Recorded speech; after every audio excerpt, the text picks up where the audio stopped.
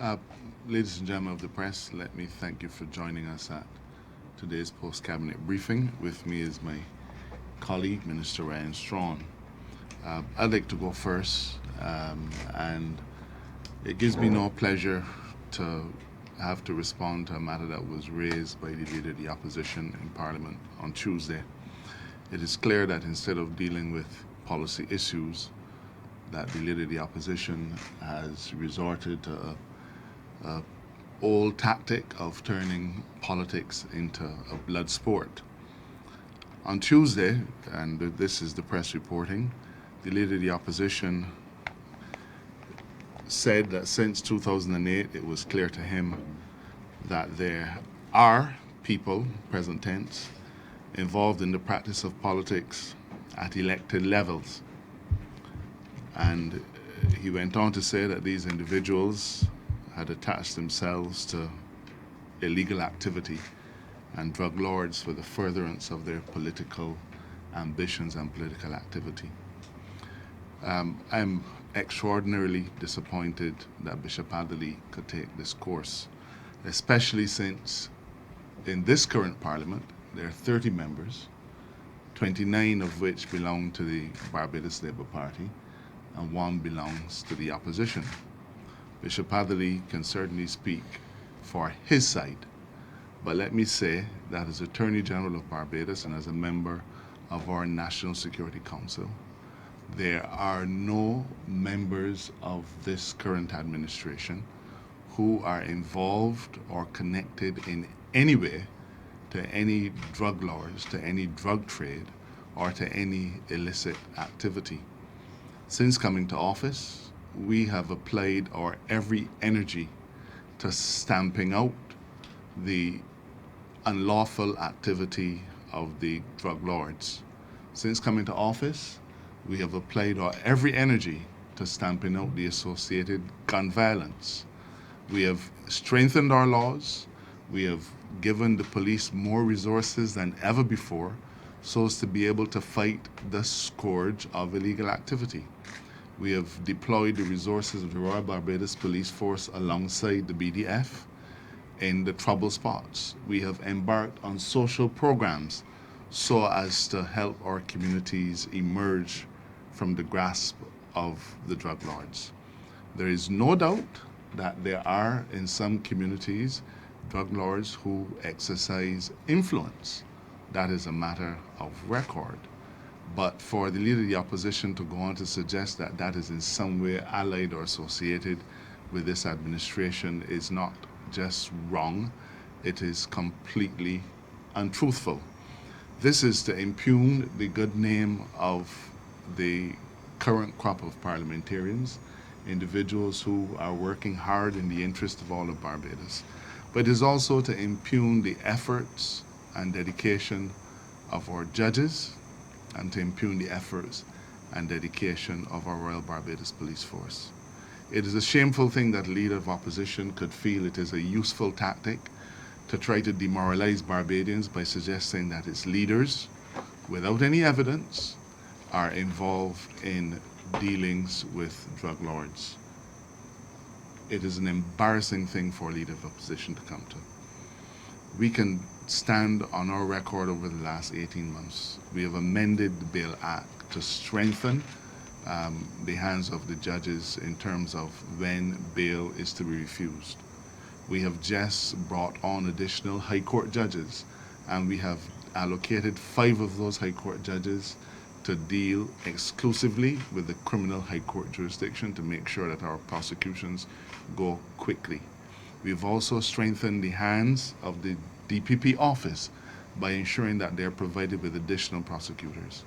There's nothing at all that this administration has done that could even remotely suggest that we are not being tough on crime. The tactic of the Leader of the Opposition is to suggest to the people of Barbados that we are not. That is far from the case, and I reiterate, members of the press, that there is no one in this current administration who is in any way allied to these drug lords. The Leader of the Opposition feels that he has to sing or preach to a particular choir. This is not it. His comments will not deter us. But I feel it is important. The international community is looking on, Barbadians are looking on, and I feel it is therefore important that we should make this firm and public rebuttal of his allegations. The leader of the opposition is on the wrong track, and he needs to get back to the business of dealing with people's lives in a meaningful way. Ryan? Thank you very much, AG. Good afternoon, members of the press. This afternoon, I want to give a few remarks on at the conclusion of agreeing with the external creditors to restructure our foreign debt, and just to give some background context in terms of where we are. So as you're aware, on June 1st, 2018, the government of Barbados announced that it was going to undertake a comprehensive debt restructuring program in order to bring the public finance management back under control. When we took office, the debt to GDP was 171% ratio, and therefore we determined that as we go through the Barbados Economic Recovery and Transformation Program, which we are just about a year in since we entered that program with the fund in October of last year, that the comprehensive debt restructuring was going to be a critical component of us being able to reduce that debt to GDP ratio to 60% by 2033 to 2034. Since that announcement, we have been in discussions with the External Creditor Committee, as we were in with respect to the committee on the domestic side. You know that we've concluded the domestic side in a relatively short period of time, and persons were questioning whether or not the government was making progress with respect to settling the external debt. The press release launched last Friday. As some of you are aware, I was in Washington attending the annual meetings. We met with the External Credit Committee in order to, in a sense, wrap up those negotiations to move to a stage where now we can launch the exchange offer as we did with the same on the domestic side.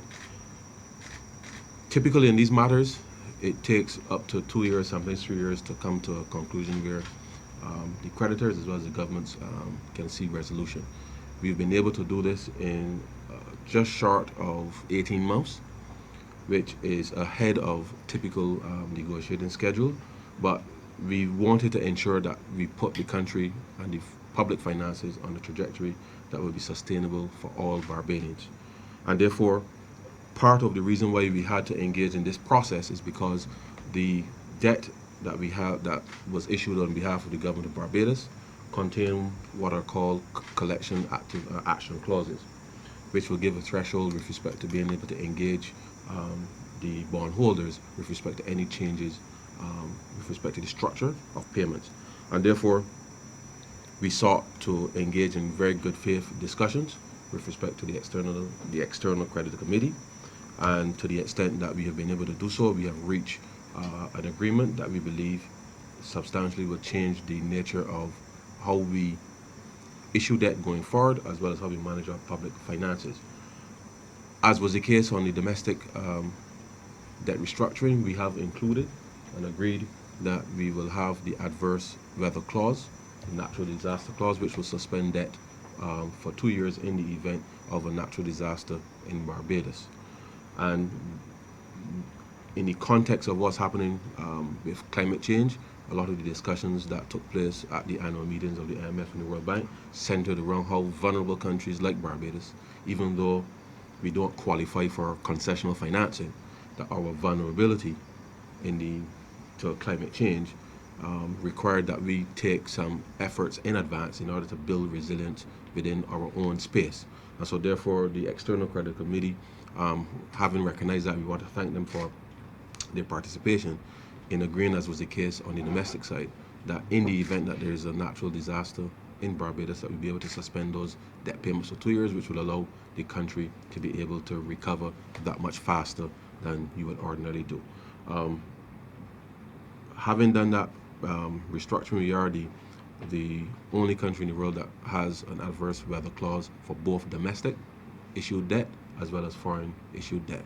And therefore, we have, in a sense, put ourselves in a position to be able to respond quickly in the event of a natural disaster.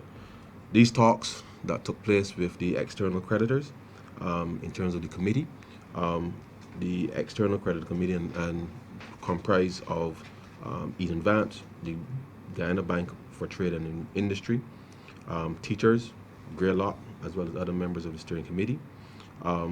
Their advisors were No State Partners. As you are aware, the former governor of the Central Bank was also an advisor to the External Credit Committee, and the legal advisors were Arnold and Porter. We have engaged in these discussions as we did on the domestic side, and we have exchanged information with respect to all of the data from government, as would be required as you would under these circumstances. And we have reached a position now where on Tuesday, we will go to Parliament and we will debate the resolution with respect to being able to bring this into force. And thereafter, we will actually have the official launch of the exchange with respect to having the bondholders through the credit committee having agreed in principle that we'll be able to meet those thresholds with respect to the collective action clauses, such that we can be assured that we can actually execute the exchange offer in the same way as we did with respect to the domestic debt restructuring. And so on Tuesday, I will give a much fuller exposition in terms of the more details, but of course I will take some of your questions now, because it is important that whilst people can speak in public, the Parliament is the place where officially we have to report to. We have a mandate to report to in order to execute the business of the people of Barbados. And so on Tuesday, I will be leading that debate, and we will give a fuller explanation in terms of the structure and the terms with respect to that. But I'm happy to take your questions at the moment. You outlined the external creditor committee. It was raised before by one economic pundit, and I'm going to ask it here. Does that encompass the entire breadth of all creditors or everyone that Barbados owes to on the external side? To the extent that the securities that were outstanding in the market in terms of the ownership, the committee represented a significant proportion of the holdings of those securities. And therefore, as was the case with the domestic side, we held those discussions based on the holdings of the securities. And so therefore, whilst they did not represent 100% of the entire debt stock, they represented a significant proportion of that. Does that include Credit Suisse? Of course, yes, of course. Okay. So the major ones. As a matter of fact, the committee owned almost 100% of the representative on the committee actually owned almost 100% of the actual Credit Suisse loan that was outstanding. Okay. Could you tell us which ones have not been facilitated in that negotiation? Sorry, which ones? Which ones? Which debts were not facilitated in that negotiation? Well, obviously we have a few debts that relates to the Transport Board and that were foreign, one or two from the BAMC and BDIC. But we rolled everything up into the structure because as we reissue the new debt, everything. So whilst the foreign debt that were due to mature in 2022, 21 and 22 were held exclusively for the most part by the credit committee, as well as the Credit Suisse loan. There are a few smaller issuances which were from the BAMC as well as BDIC that we've rolled into that debt stock to fully restructure, and therefore we anticipate that we should be in a position to execute that exchange offer as soon as the resolution passes Parliament. Okay. Also,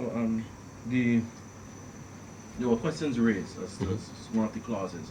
You mentioned the natural disaster clause, but there was another clause as in relation to the IMF. Should Barbados, and I don't want to be not complete the entire IMF program, the onerous terms from before would then take effect should we default. Some have called those invasive.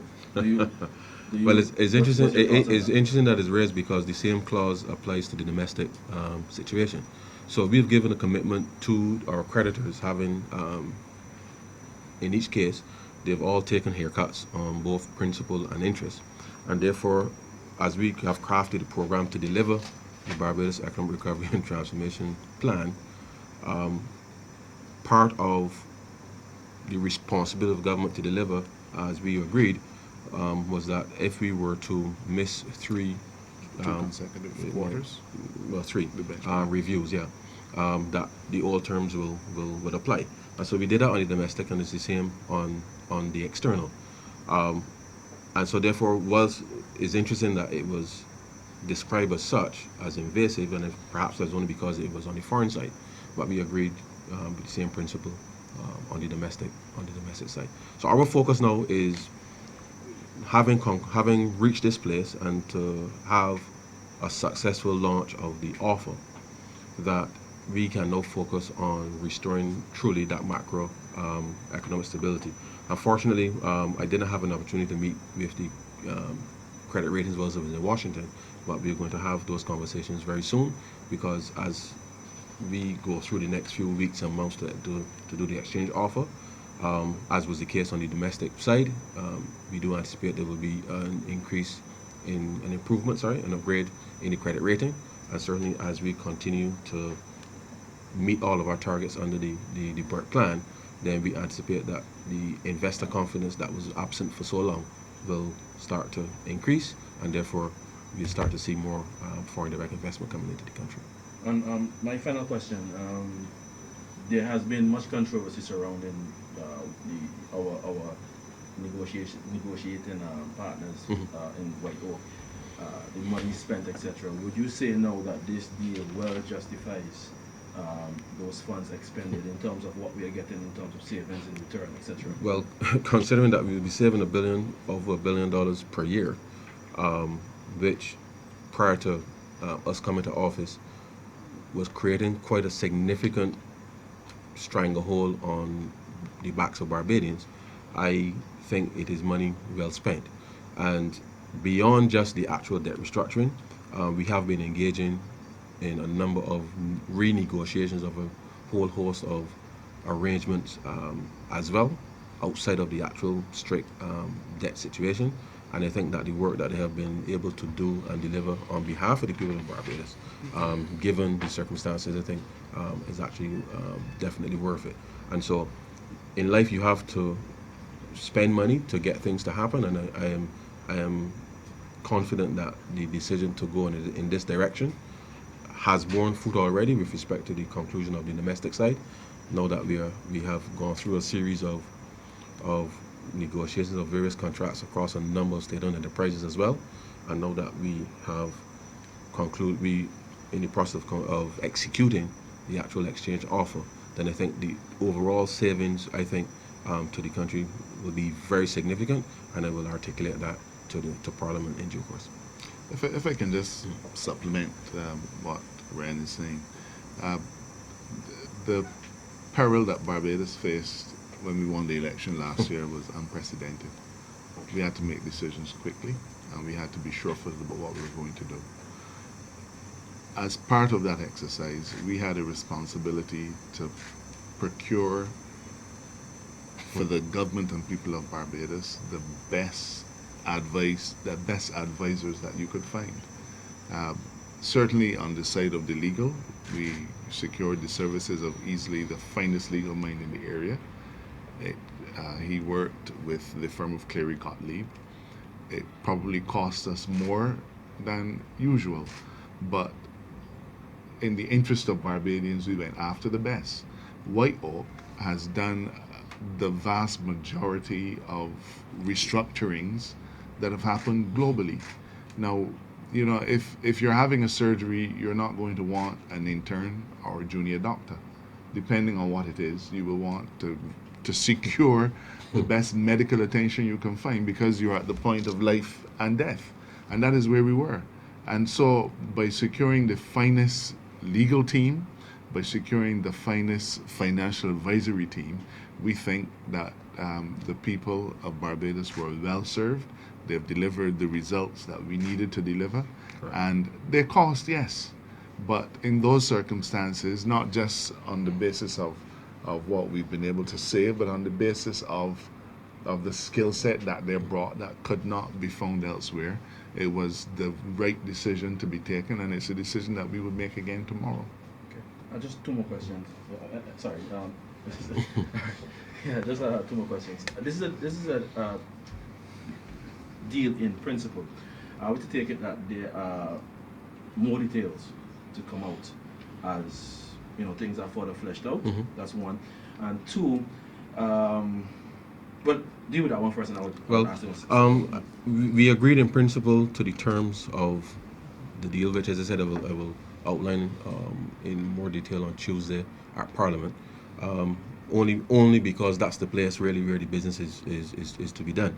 And so we have worked through, and we've got to a place where now, once the paperwork is done through the trustees and the exchange agent, that we can actually, on the passing of the resolution in Parliament, that we can actually go to the market and say, these are the new terms and conditions with respect to what is being offered on the part of the government. It's been a long negotiation to get to this place, detail by detail, and to the extent that we are in a position now to move our debt to GDP down further by the end of this financial year, and then we'll obviously get some a full year savings going forward. And I think, let me just backtrack a little bit and speak to what the AG raised earlier. When we came to office, we were due to pay approximately $100 million in June of last year, and there was only $400 million in reserves at that time. And so the decision with respect to the restructuring of the debt, whilst it took everyone by surprise, the reality, given what was the previous trend, the reality is that had we honored those payments in June and December, we would not have been able to deliver on a number of the other things that we are going to be delivering on. And the reality is, the over $1.2 billion approximately that we will save every year is larger than the entire wage bill for the public service. And so therefore we crafted a response that was meant to be as balanced as possible. You've heard the Prime Minister speak to equity in trying to make sure that we can spread the burden as widely as possible, and therefore we embarked on a program in order to be able to deliver that. And so the deal is not yet done until everybody is signed up and everything in terms of the response to the offer, but that's where the legal teams now, in a sense, are working. We have the resolution, which I anticipate Cabinet will approve today. We will have it laid digitally by the Clerk of Parliament tomorrow, so that members will have the benefit over the weekend to look at it. And on Tuesday morning, I will announce to the country all of the details, as is required, for transparent purposes, in order to be able to give further clarity to exactly what has been agreed. Okay. And my final question on the issue, given the fact that you would have noted that the creditor committee does not encompass, but it does encompass a significant portion, could you give me a quantum? What portion of the external debt does this deal with the creditor committee represent? Well, on the three, sorry, let me go back. On the three, sorry, hold on, apologies. Okay, so we had US $150 million that was due on the December 2021. We had 200 million US due in August of 22. 119 million due in 2035, and then the Credit Suisse, which was 225. The threshold with respect to what the creditor committee held on that was about 60% of that. Now, we have had discussions with others along the way, and so therefore the meeting of the threshold and in terms of the agreement in principle will allow us to be able to carry forward the exchange offer in order to be able to meet the other the terms with respect to what we've agreed for the 60% by 2033. Now, on specific instruments that would have been held, so therefore a person will exchange their old instruments for new instruments, and therefore the composition of how much was held varies, and therefore some of it is regional in nature through the, as I mentioned before, the Guyana bank and trade and industry. We've had some NISs as well around the region that were part, in other words, were represented by members of the committee, and therefore we anticipate that once the offer is dealt with, that we'll be able to conclude in much the same way as we did with respect to the domestic side. Now, what is critical here is that these are all institutional investors as opposed to is the case of the domestic side where we had a lot of individuals holding our debt. And so therefore the creditors represent various proportions, if you like, with respect to each existing instrument, and therefore our ability then to transition from those into the two that will be issued, we anticipate that we will be in a position to wrap that up during the course of the exchange offer. Just to be clear, you still have 40% outstanding? No. I'm saying that depending on which instrument that they're existing holding is on average about 60%. So depending, as I said, for the Credit Suisse one, for example, the members of the committee held almost 100% of that one. Right. Okay. Right. And therefore, I'm saying that once everything is rolled in to the two new instruments, then we should be in a position to be able to execute the exchange offer. And the reality is that the members of the committee were representing obviously different interests, and therefore we anticipate that we should be in a position to do the exchange offer. Okay. Mr. Sean, if you would indulge me, Sure. just switch over to one thing. I know you've been asked this question numerous times over the last few weeks, but us in the media area is still getting calls and comments from the public regarding, especially the business persons involved in the import-export market, Okay. regarding Asakuda and what they consider continued teething issues, and they're of the opinion that it really has gone on too long. What can you report to us now regarding the complete implementation of the system, and are you having less issues now, and are the issues you're still having you expect to be solved in a matter of a short time? Initially, the main issues related to the fact that, as I had mentioned earlier, Customs was meant to implement this system since 2014. So, in a real sense, they became the boy that cried wolf. They were supposed to do it in 2014, they didn't. 2015, 16, 17. Now, we undertook a program to sensitize the business community over the course of the summer. Dorian passed as a tropical storm, and we had to put back the implementation date from September 1st to September 9th. And that contributed again to this lack of readiness, if you like, on the perception, of a lack of readiness for Customs to implement.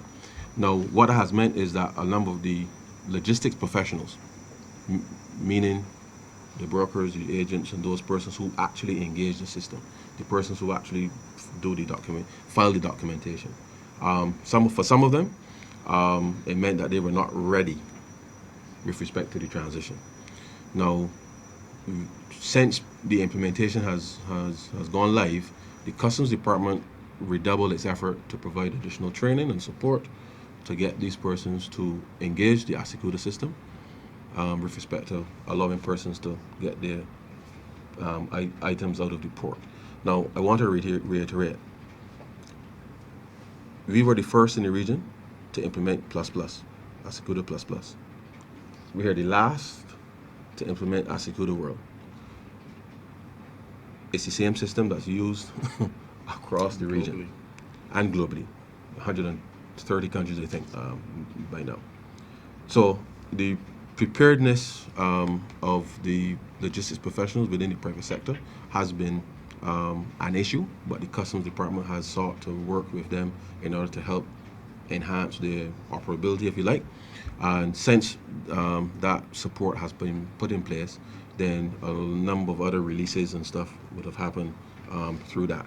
Now, beyond that additional support, bear in mind that the Customs Department still has some issues with respect to staffing. So we've tried to adjust the processes such that the internal reallocation of staffing as we seek to rebuild the department, that we could accommodate that. And that's why we push to have the implementation, simply because there aren't 200 customs officers sitting down somewhere waiting to come to fill those positions. So we implemented the system to change the processes whilst the Customs Department is doing its internal reallocation.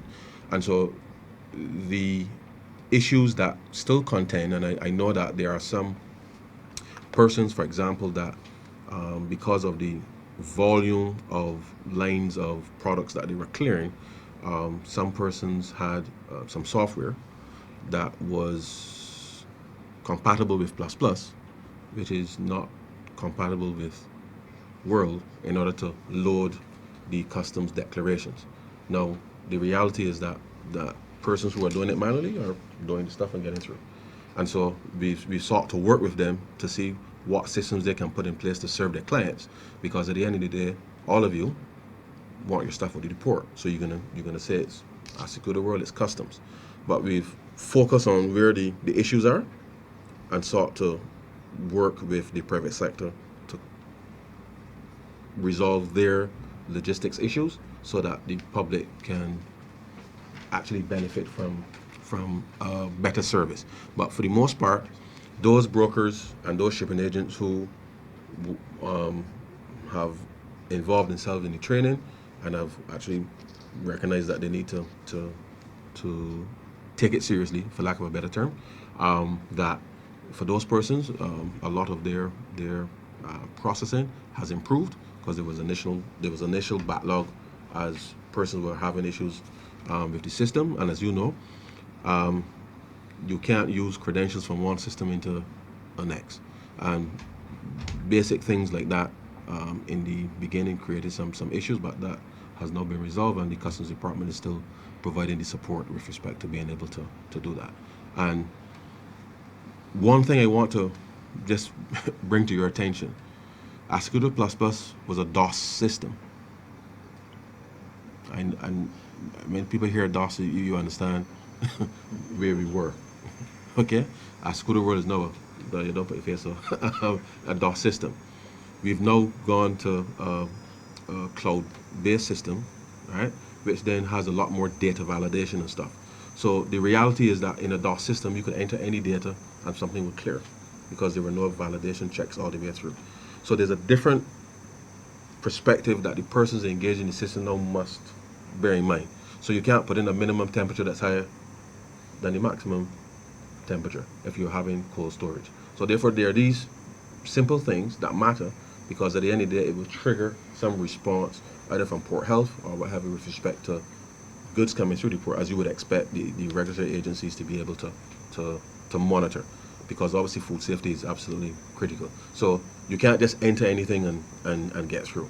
So it's a much more data intensive and process that in the past, because it was a DOS system without much data validation, that we now have the capacity really to zero in on if there were issues, we can understand and trace where things are. So the Customs Department will continue to support the logistics professionals in order to ensure that that we can serve them well, because we understand that in order to do business and to facilitate trade, that we have to upgrade our systems, but it means that the support with respect to the professionals also, the logistics professionals also, is equally important in that process.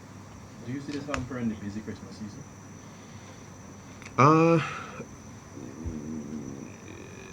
No.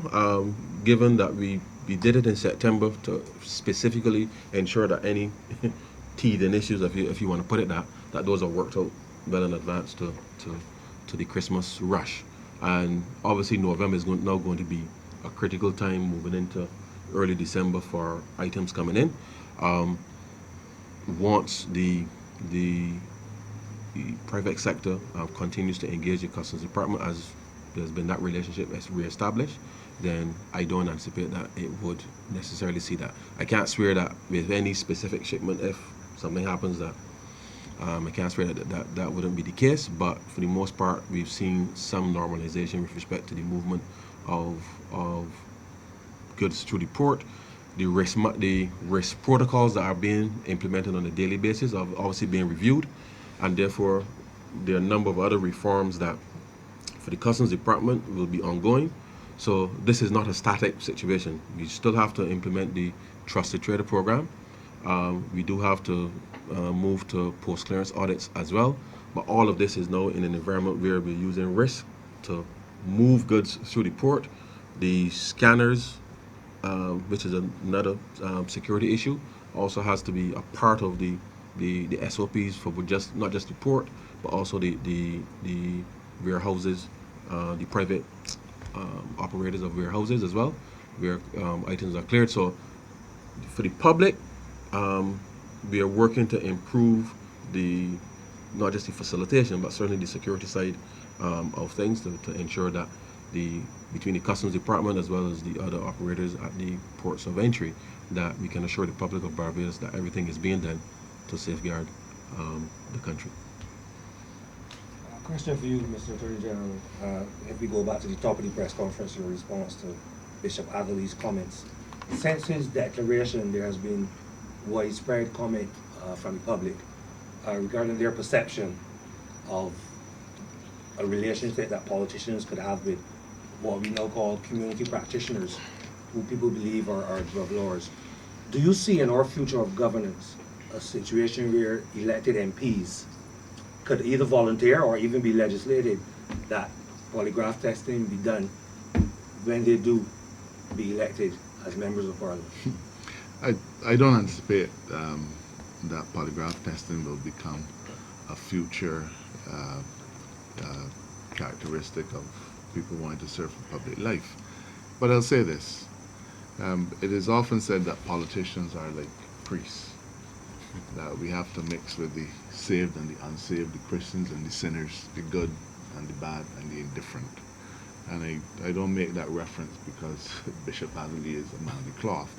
I make it because once you are involved in public life, you are not going to ever be able to sequester yourself away from a segment of your electorate and say, I will have no dealings with you.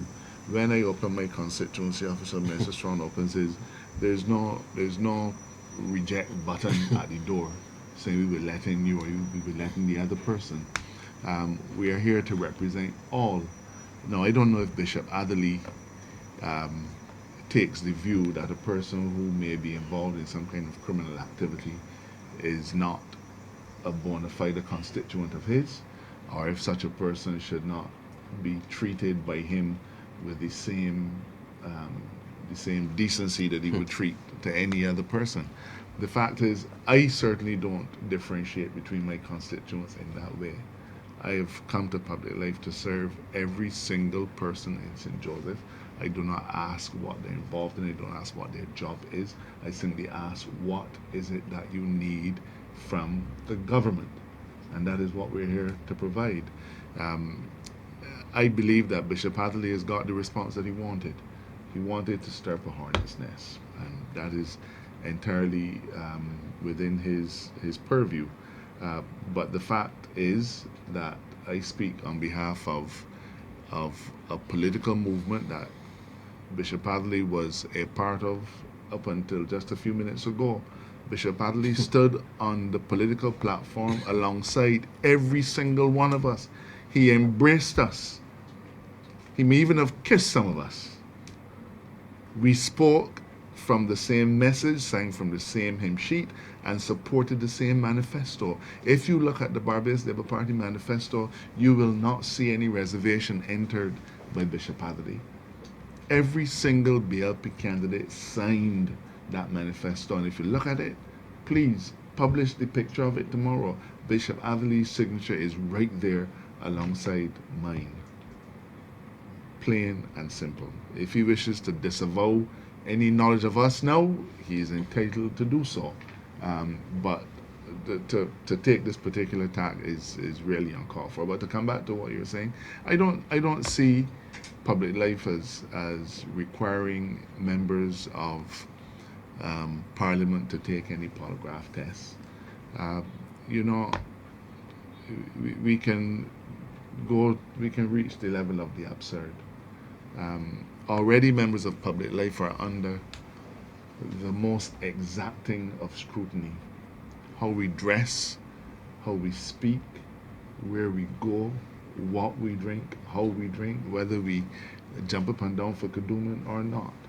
People form judgments about us every single day. But the best measure of your parliamentary representative will be, in all cases, how he serves the electorate. And I don't think we need to go any further than that. If an MP does not adequately represent his people, then they will suffer the same fate that all 30 of the last DLP candidates suffered. You don't want a better polygraph test than polling day. Avoidable or not? Do you think optics matter though? Optics always matters. I mean, you can't be in public life and not have optics matter. But the reality is that a person who gets in public, who is in public life, does not get in the public life and decide he's going to shun here or shun there. And we have the example of the Bible where people told Jesus where he should or should not go. People are offended that I spend time in rum shops. They may prefer me to be someplace else. The test of a political life or a life devoted to politics is not whom he associates with, but it is how he relates to the people he serves. What I can say and what I will say again, and I'm speaking as Attorney General, as a member of the Security Council, that Bishop Adderley cannot be speaking about any of the 29 members of the Barbados Labour Party. He can speak for himself. Thank you. Thank you very much. Thank you, folks. Back in Cabinet.